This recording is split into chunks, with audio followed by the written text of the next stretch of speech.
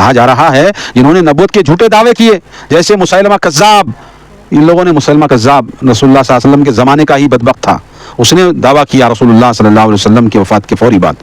اسود انسی، شجاع بنت حارث، بہاء اللہ اور مرزا غلام احمد قادیانی دوسرے وہ لوگ جو شرک و بدعت خود ایجاد کر کے اسے اللہ کے نام پر جڑ دیتے ہیں. دوسرے وہ لوگ بھی ہیں. دیکھیے اللہ کے رسول صلی اللہ علیہ وسلم سچے رسول ہیں، ان کی طرف وحی کی جاتی ہے، مگر کچھ ایسے بھی بدبخت پیدا ہوئے ہیں آپ کے بعد، اور اللہ کے رسول کی واضح حدیث ہے کہ میرے بعد 30 دجال پیدا ہوں گے قیامت سے پہلے.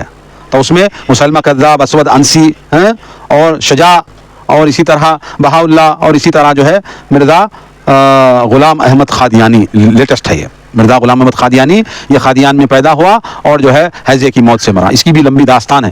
داستان یہ ہے کہ یہ شروع میں یہ جو ہے ایک عام حنفی گھرانے میں پیدا ہوا. اپنے آپ کو جب یہ حنفی تھا تو بہت بڑا مناظر آریہ سماجیوں سے اور اپنے آپ کو جو ہے کرسچنوں سے اور یہ ڈیبیٹیں کرتا تھا. اور اس کے بعد دھیرے جب اس کو مسلمانوں کو آزادی کی راہ سے نکالنے کے لیے یہ انگریزوں نے اس کو بویا اور اس کو ہائر کیا اور اس کو ہائر کر کے اس کی جھوٹی نبوت کو چرچے میں لایا، اس کو ایڈورٹائزمنٹ دی اور بہت سارے کام اس نے کیے اور اس نے لوگوں سے خوب چندے لیے. براہین احمدیہ نام سے کتاب لکھتا ہوں اس طرح کہہ کر کے، جس میں بہت سارے جو ہے باطل مذاہب کا اور آریہ سماجیوں کا، عیسائیوں کا، یہودیوں کا میں رد لکھوں گا، مجھے چندہ دو. اور پیشگی جو ہے کتاب کی قیمت، یہ کتاب اتنی جلدوں میں بنے گی، ایسا ہوگی ویسا ہوگی، یہ کہہ کر کے جو ہے لوگوں سے ایڈوانس پیسے بہت منگا کر کھا گیا مگر لکھ نہیں پایا.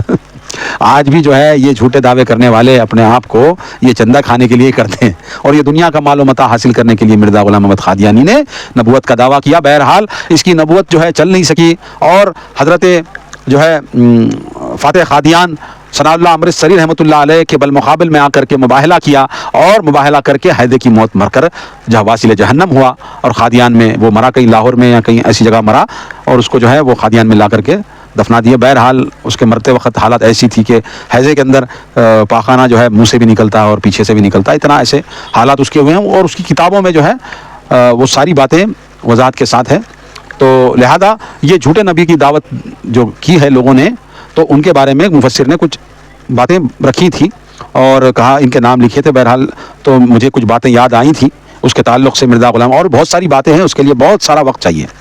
مگر اتنا ایک میں کہتا ہوں کہ یہ بدبخت جو ہے آج موجودہ دور میں ڈیبیٹر بنتا ہے اور وہ کرتا ہے نا یہ محمد علی مرزا، یہ جو کہیں جھیلم ولم کا ہے، اسی طرح کا یہ بھی جو ہے تھا. نکل تو نہیں تھا مگر اس زمانے میں سوشل میڈیا کے ذریعے یہ بکواسات کرتا ہے اور ڈیبیٹ کرنے کی چیلنج دعوت دیتا ہے اور صحابہ کے نام پر جو ہے تبرے کرتا ہے. حضرت معاویہ، حضرت ابو سفیان اور بنو امیہ کے تمام جو ہے خلفاء کو گالیاں دیتا ہے اور جو ہے صحابہ پر لعن طعن کرتا ہے اور حضرت عمرو بن عاص پر لعن طعن اور اسی طرح جو ہے بہت ساری باتیں، مطلب اندر سے جو ہے وہ تقیہ باز شیعہ ہے مگر لوگوں کو خود کو جو ہے بہت بڑا سنی اسکالر ہوں، اس طرح ہوں کہتا ہے. تو یہ سیم جو ہے مرزا غلام احمد قادیانی کی بھی حرکات تھے. اب اس نے تو نبوت کا دعویٰ کر کے مر گیا، واصل جہنم ہوا. اب دیکھیں اس کا آگے کیا ہوتا ہے مرزا کا، یہ مرزا جھیلمی کا. اور بھی بہت سارے لوگ ہیں اس طرح. میں نے ضابطے کے طور پہ بات کی کیونکہ آج سوشل میڈیا میں لوگ موجود ہیں. اس زمانے میں پیپر پڑھا کرتے تھے تو چھپ کر آتی تھی تو وہ سوشل میڈیا تھا. تو اس طرح کی بات کہی ہے.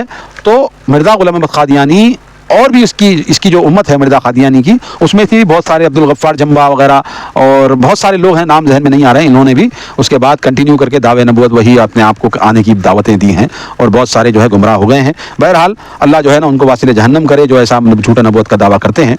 تو جب یہ لوگ مرتے ہیں تو فرشتے ان کے سامنے کہتے ہیں کہ نکالو اپنی جانیں. پھر اس کے بعد جو ضربیں لگا کر کے ان کی روحوں کو نکالتے ہیں جسموں سے. یہ زندہ نشانی مرزا غلام احمد قادیانی کی موت کا تذکرہ پڑھ لیں، آپ کو پتہ چل جائے گا. ٹھیک ہے. اور وہ تکبر بھی کیا کرتے تھے. تو بہرحال آگے جو ہے وضاحت کے طور پر یہ ہے کہ اس آیات سے حالانکہ جب انہیں چیلنج کیا گیا کہ اس قرآن جیسی ایک ہی صورت بنا لاؤ تو بھی اپنی اجتماعی کوششوں کے باوجود کامیاب نہ ہو سکیں.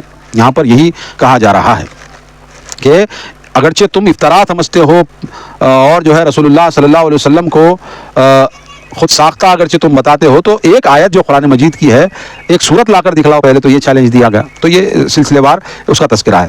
آگے اس آیات سے یہ بات اس آیت سے عذاب قبر ثابت ہوتا ہے۔ دوسرے مقام پہ فرمایا وہ صبح شام آگ پر پیش کیے جاتے ہیں، اور جس دن قیامت قائم ہوگی تو حکم ہوگا کہ شدید ترین عذاب میں آل فرعون کو داخل کر دو، یعنی کہ فرعون کو روزانہ عذاب ہوتا ہے، یعنی کہ وہ برزخی زندگی میں ہے نا، قبر کی زندگی میں ہے، بھلے ہی اس کی لاش دنیا کے سامنے ہے، مگر اس کو صبح شام جو ہے اس کو ماننے والوں کو روزانہ آگ پر پیش کیا جاتا ہے۔ یہ ہے سورۃ المومن کے اندر جو ہے یہ آیت اللہ تبارک و تعالیٰ نے نازل کی۔ بے شمار احادیث صحیحہ بھی قبر کے عذاب کی توثیق کرتی ہے، یعنی کہ یہ آیت ہی نہیں بلکہ اور بھی بہت ساری احادیثیں بھی ہیں جو قبر کی عذاب پر دلالت کرتی ہے۔